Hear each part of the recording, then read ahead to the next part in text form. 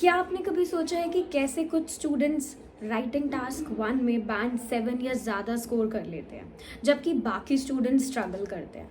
तो इस वीडियो में मैं आपके पहले अटेम्प्ट में कैसे आप हायर स्कोर अचीव कर सकते हो इस सीक्रेट्स को रिवील करने वाली हूँ।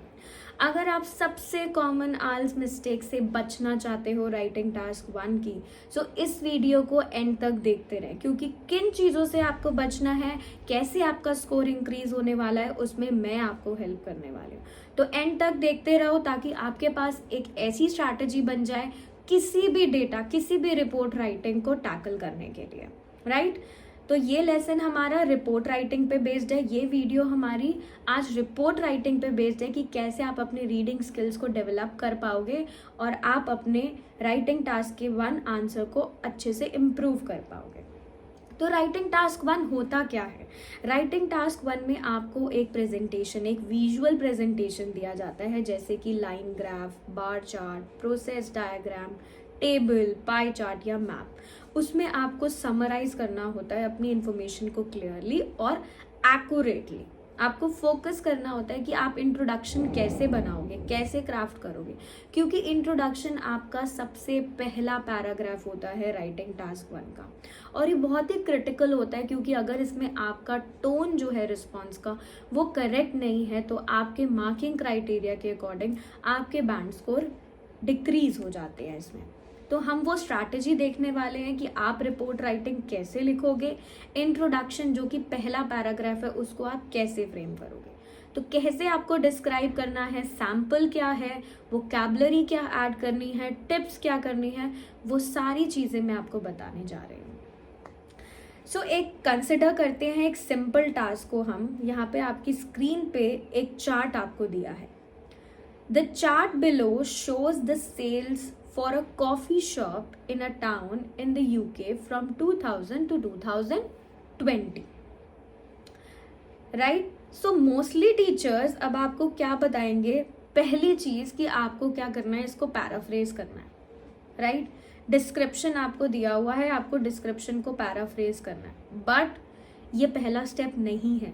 पहला स्टेप क्या है कि आप चेक करो कि क्या इंफॉर्मेशन आपको इंट्रोडक्शन में नहीं लिखनी है। ये आपको पता होना चाहिए कि कौन सी इंफॉर्मेशन को आप अपने इंट्रोडक्शन में नहीं लिखोगे। सिर्फ पैराफ्रेजिंग नहीं करनी है, और भी चीज़ें हैं, और भी एलिमेंट्स हैं जिन पे आपको फोकस करना है।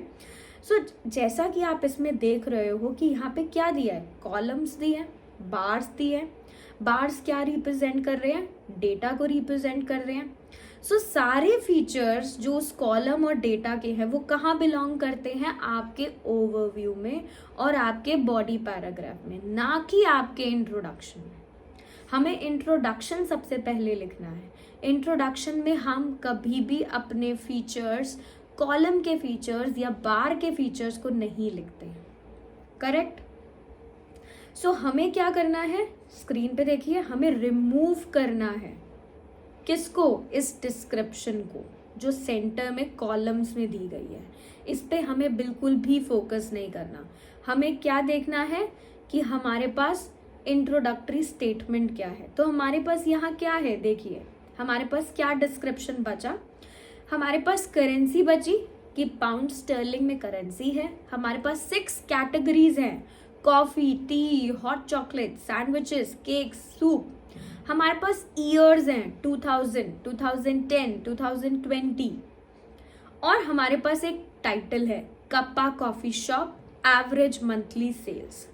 तो आपको इंट्रोडक्शन में सिर्फ इन्हीं चीज़ों को इंट्रोड्यूस करना है, इसके अलावा आपको कुछ भी इंट्रोड्यूस नहीं करना अपने इंट्रोडक्शन में। तो एक सैम्पल इंट्रोडक्शन मैंने आपके लिए रेडी करके रखा है, ये देखिए आपकी स्क्रीन पर। इंट्रोडक्शन पैराग्राफ, इसमें 35 वर्ड्स हैं और 15 एरर्स हैं। दैट मीन्स इसमें बहुत सारी मिस्टेक्स हैं। इंट्रोडक्शन को रीड करती हूँ मैं। The diagram below give the information for the sales, for example tea, coffee, hot chocolate, food in a cafe which locates in an English village from 2000 to 2020. Units are measured in pounds sterling. अब अगर आप quick look देखो एक diagram पे तो the diagram below give the information for sales. यहाँ पे 15 errors हैं इस इंट्रोडक्शन में, तो मैं चाहती हूँ आप इस एरर्स को फाइंड आउट करो। ये मेरा चैलेंज है आपके लिए। बट कौन से टाइप ऑफ एरर्स है ये भी आपको देखना है कि ये ग्रामर का एरर है, ये वोकैबुलरी का एरर है, ये या फिर किस पैरामीटर के अकॉर्डिंग ये एरर है। बिकॉज आप आइल्स का टेस्ट दे रहे हो तो इट्स बेटर कि आप वोकैबुलरी एरर्स और ग्रामर एरर्स को फाइंड आउट करो, राइट। राइटिंग टास्क 1 में आपको मार्किंग क्राइटेरिया के अकॉर्डिंग अपने टास्क को लिखना है। तो आपको पता होना चाहिए कि क्या इंफॉर्मेशन यहाँ पे गलत है और कौन सा एरर यहाँ पे दिया है। तो आप अपनी वीडियो को पॉज भी कर सकते हैं, एरर्स को फाइंड आउट करिए। आपको फाइंड आउट करना है कि कौन सी प्रॉब्लम्स है इंफॉर्मेशन के साथ, क्या कनेक्ट नहीं हो रहा मार्किंग क्राइटेरिया के साथ। तो आप वीडियो को पॉज करते हुए एज मेनी एरर्स जितने भी आप फाइंड आउट कर सकते हो उन मिस्टेक्स को फाइंड आउट करो और उसके बाद उसका एक एक्यूरेट वर्जन लिखो, दैट मीन्स करेक्ट वर्जन लिखो। तो मैं आपको हेल्प करती हूँ कि कैसे आप इस इंट्रोडक्शन में एरर्स को फाइंड आउट कर सकते हो और एक एक्यूरेट वर्जन, दैट मीन्स एक करेक्ट वर्जन फाइंड आउट करके लिख सकते हो। तो सबसे पहली मिस्टेक देखो, द डायग्राम। क्या ये डायग्राम था? हमें तो डायग्राम नहीं दिया, राइट। हमें डायग्राम नहीं दिया, हमें चार्ट दिया है। अगर हम चार्ट बोले तो अगर हम इसे और प्रिसाइज और इम्प्रूव वे में लिखे तो हम क्या लिखेंगे? Bar chart. हम डायग्राम नहीं लिखेंगे इंट्रोडक्शन में, हम क्या लिखेंगे? बार चार्ट, क्योंकि हमें क्या दिया है? बार चार्ट दी। नेक्स्ट क्या है? Error below. See the word below. Below को देखो।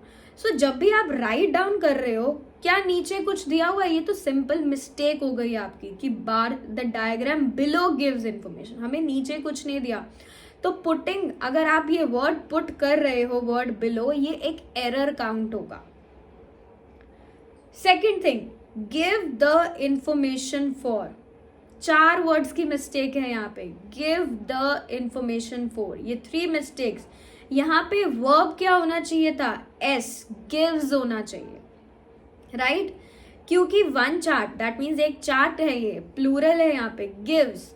और आर्टिकल द जो लिखा हुआ है, गिव द, इसकी तो नीड ही नहीं है यहाँ पे, रिक्वायर ही नहीं है ये यहाँ पर, right. So preposition accordingly use करना है आपको, प्रपोजिशन गलत नहीं यूज करना। So bar chart gives information, the यहां पर नहीं आएगा और गिव के साथ गिव्स आएगा। आपको एरर्स पता लगे फर्स्ट स्टेटमेंट में। नेक्स्ट मूव करते हैं। नेक्स्ट क्या है? सेल्स। अब ऑब्वियसली ये एक मिस्टेक तो नहीं है विद वोकैबुलरी, बट ये मिस्टेक है इंफॉर्मेशन के साथ।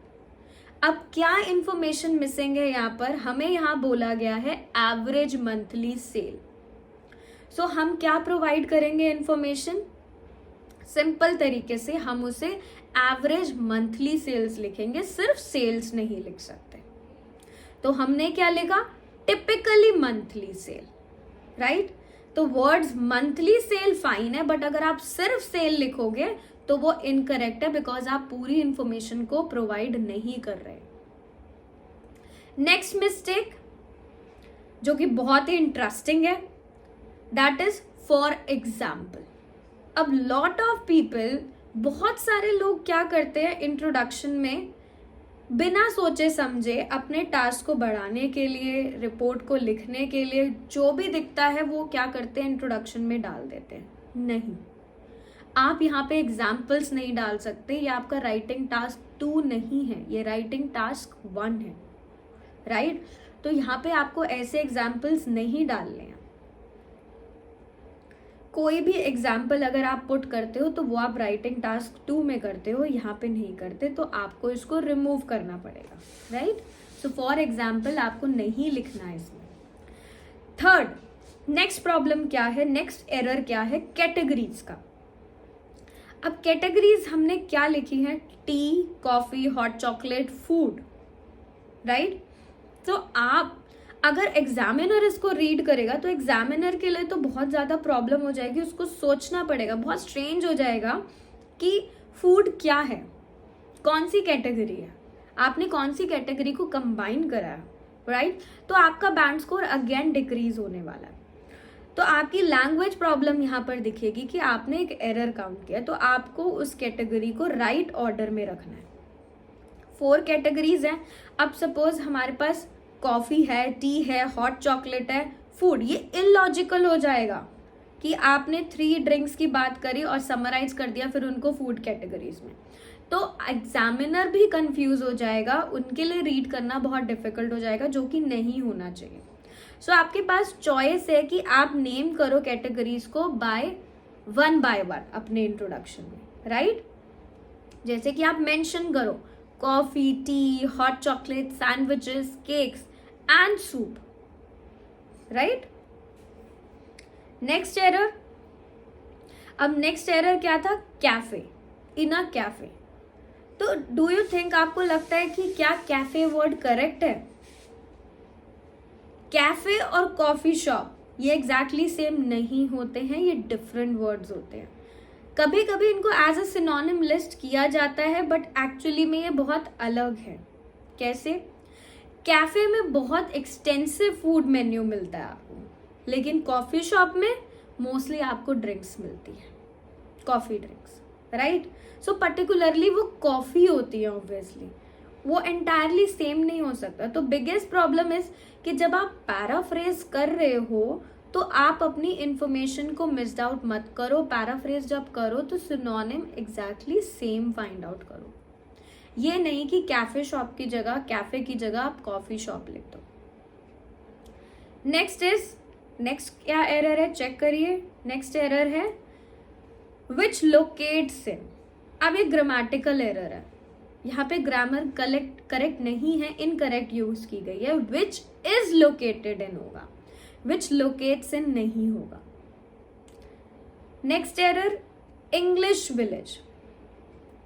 अब इंग्लिश विलेज, अब अगर आपको पता हो कि यूके, ये यूके का डेटा दिया है, राइट आपको, तो यूके के डेटा में UK is actually not English, वो इंग्लिश नहीं है, ब्रिटिश है। तो अगर आप नेशनैलिटी से फेमिलियर नहीं हो तो ये चांस मत लो कि आप क्या करो, अपने एरर्स को बढ़ाओ ऐसे लिख के, राइट? सो ये बहुत बड़ी मिस्टेक है। अगर आप इंग्लिश विलेज लिखते हो, वो ब्रिटिश है, तो आप क्या लिख सकते हो? British town. आप अपने एरर्स को इंक्रीज नहीं करोगे। नेक्स्ट मिस्टेक, अब यहाँ पे क्या लिखा गया है, जो मिस करने वाली चीज है, फ्रॉम 2000 to 2020। अब जब आपने मिस कर दी ये अपॉर्चुनिटी, आपको क्या लिखना है? From and to the words. आपको इन वर्ड्स को चेक करना है कि ये वर्ड्स कौन से दिए गए। फ्रॉम है, टू है, एंड है, टू है, आपको करेक्टली यूज करना है इनका, राइट? तो हम इन्हें इजीली चेंज कर सकते हैं बिटवीन एंड एवरीवन। हर एक लेवल ऑफ इंग्लिश में ये बहुत इजी है चेंज करना, राइट? नेक्स्ट एरर, अब हम फाइनल सेंटेंस पे पहुंच गए। हमारा फाइनल सेंटेंस क्या है? Units measure in pound sterling. अब इस सेंटेंस में अगर आप देखो तो 2 मिस्टेक्स हैं। क्या आप उन मिस्टेक्स को बता सकते हो कि वो कौन सी मिस्टेक्स हैं? Units measured in pounds, units measured in नहीं होता, यूनिट्स आर मेजर्ड। ग्रामेटिकली फिर ये सेंटेंस इनकरेक्ट है। दूसरी मिस्टेक, पाउंड स्टर्लिंग, आप चेक करो, पी कैपिटल, स्टर्लिंग का एस कैपिटल। सो अगर आप चार्ट में जाकर देखो, वहां पे करेंसी साइड पे जो दी है पाउंड स्टर्लिंग, वो कैपिटल में दी है, बट जब आप उसे वर्ड्स में लिखोगे तब आप उसे क्या करोगे? ग्रामेटिकली करेक्ट करोगे, वो कैपिटल लेटर्स में नहीं आएगी, वो स्मॉल लेटर्स में आएगी, राइट? सो आई होप आपने कुछ लर्न करा आज। ट्राई टू रिमेंबर कि आपको कैसे इंट्रोडक्शन लिखना है। सो आपको अब एक एक्यूरेट इंट्रोडक्शन मिला है, राइट?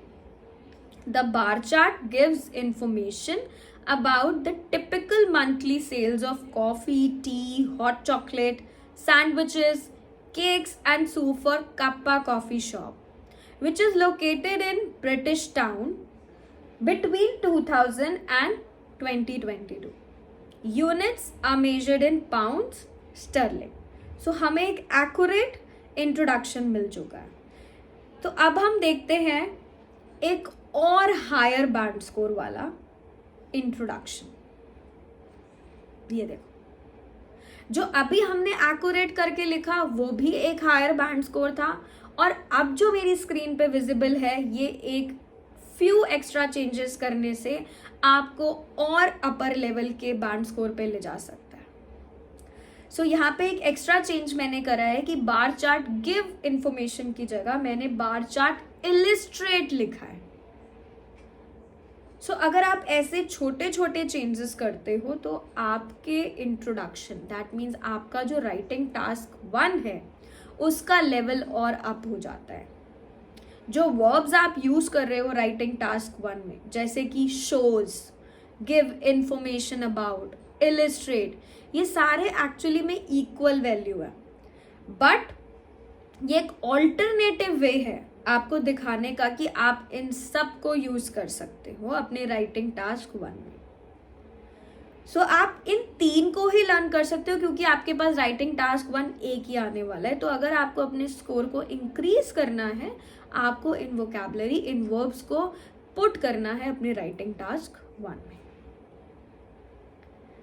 नेक्स्ट देखो, the amount of money made from the sales of coffee. अब यहाँ पे हमने बार चार्ट लिखा, इलिस्ट्रेट लिखा, देन अगेन पैराफ्रेजिंग करी, तो आपका बैंड स्कोर क्या हो रहा है और इंक्रीज हो रहा है. आप क्योंकि एक प्रिसाइज, एक क्लियर आंसर प्रोवाइड कर रहे हो, एक क्लियर इंफॉर्मेशन प्रोवाइड कर रहे हो जो कि आपके बैंड स्कोर को अप ले जा रही है. तो जब भी आप पैराफ्रेज करो, बहुत ज़रूरी है कि आप ऐसे पैराफ्रेज करो कि आप एक हायर लेवल पे उसको लेके जाओ. जैसे कि अभी हमने एग्जाम्पल देखे, पहला जो आंसर था, पहला जो सैम्पल हमारे पास था, वो एक बहुत ही लोअर लेवल का इंट्रोडक्शन था जिसमें 15 एरर्स थे, लेकिन उसके बाद जब हमने उसे करेक्ट करके लिखा तो वो एक हायर लेवल का हो गया. And this is more higher level.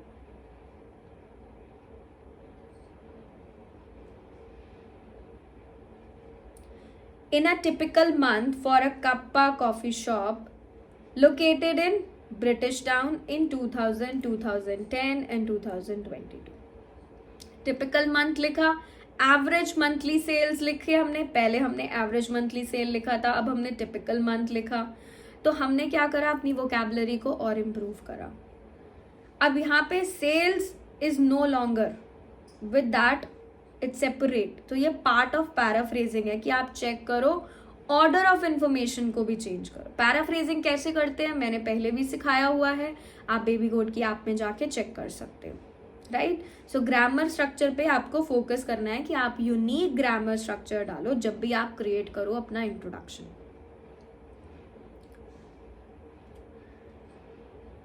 अब आप डिफरेंस देखो इन दोनों का.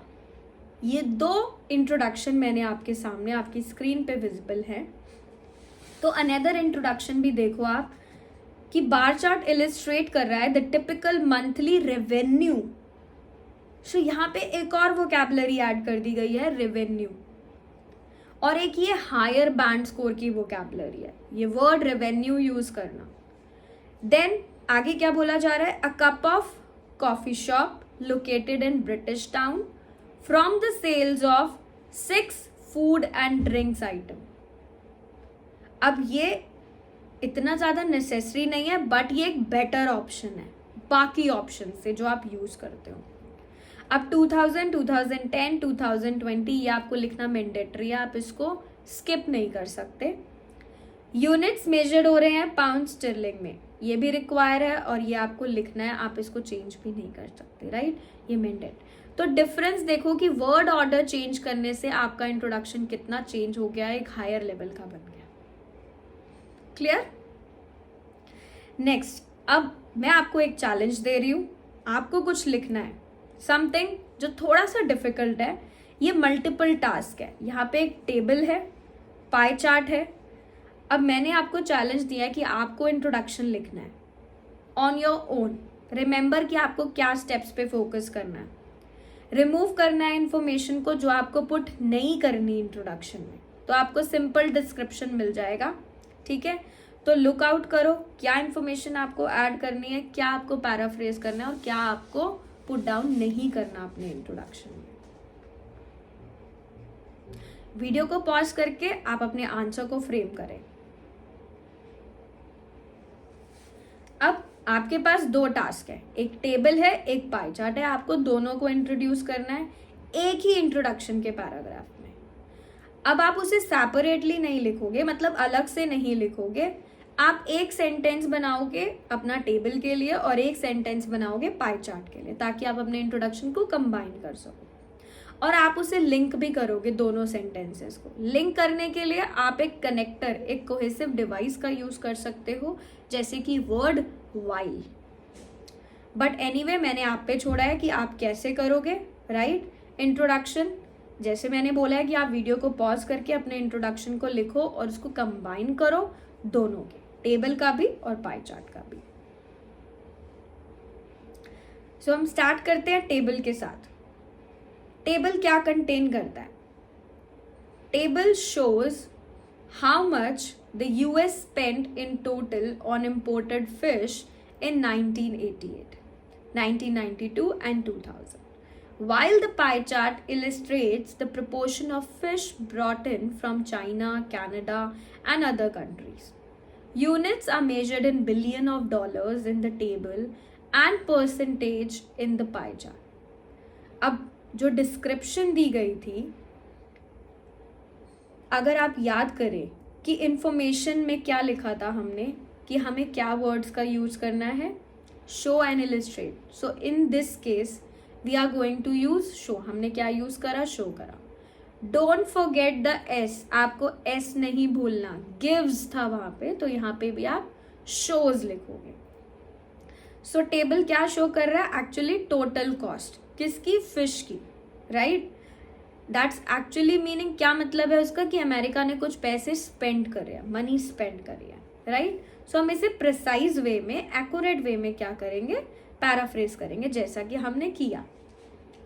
टोटल कॉस्ट दिखाई कि कितना यूएस स्पेंड करा है इन टोटल। राइट, हम इसे चेंज नहीं कर सकते इस टोटल वे को, हम इसे डिफरेंट वे में बाद में यूज करेंगे। प्रपोजिशन मैच भी कर रहा है वर्ड के साथ टोटल। राइट, तो हमें वो टोटल लिखना होगा।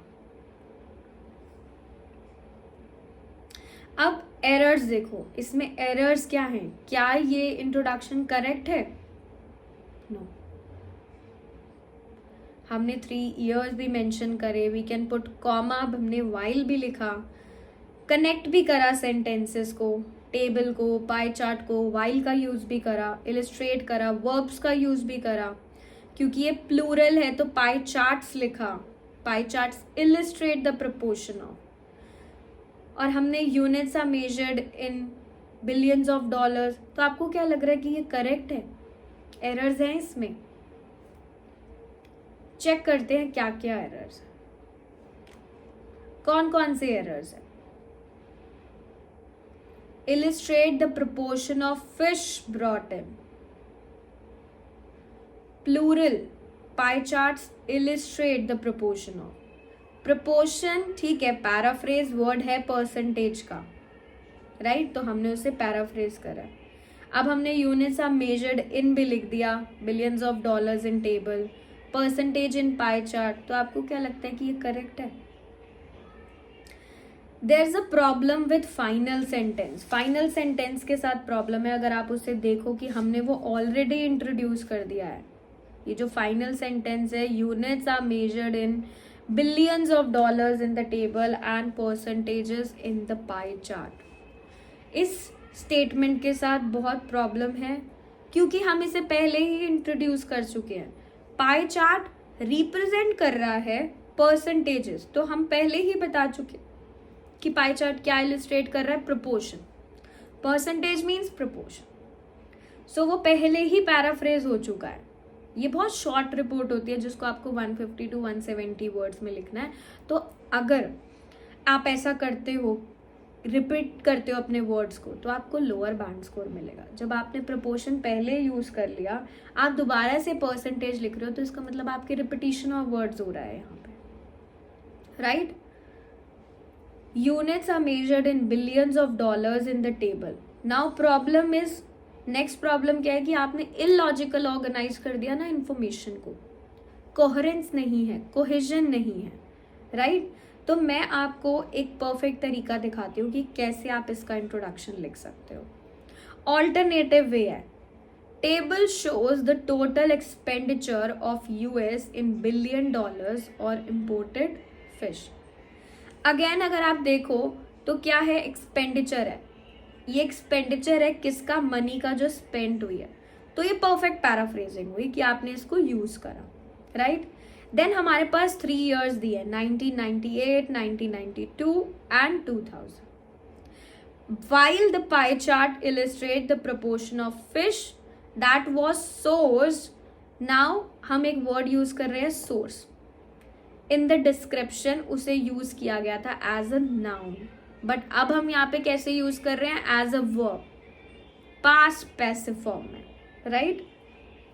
देन क्या बोला गया है, China, Canada and other countries in the same 3 years. अब ये बहुत इंपॉर्टेंट इंफॉर्मेशन है, तो ये हमें देनी होगी, राइट, जो कि आपने इंट्रोडक्शन में एग्जिस्ट नहीं कराई थी, तो दिस इज रिक्वायर्ड, ये आपको लिखना है, राइट। सो आपकी स्क्रीन पर एक परफेक्ट आंसर बन के आ चुका है कि table shows the total expenditure of US in billions of dollar on imported fish in 1998, 1992 and 2000. While the 3 pie chart illustrate the proportion of fish that was sourced from China, Canada and other countries in same 3 years.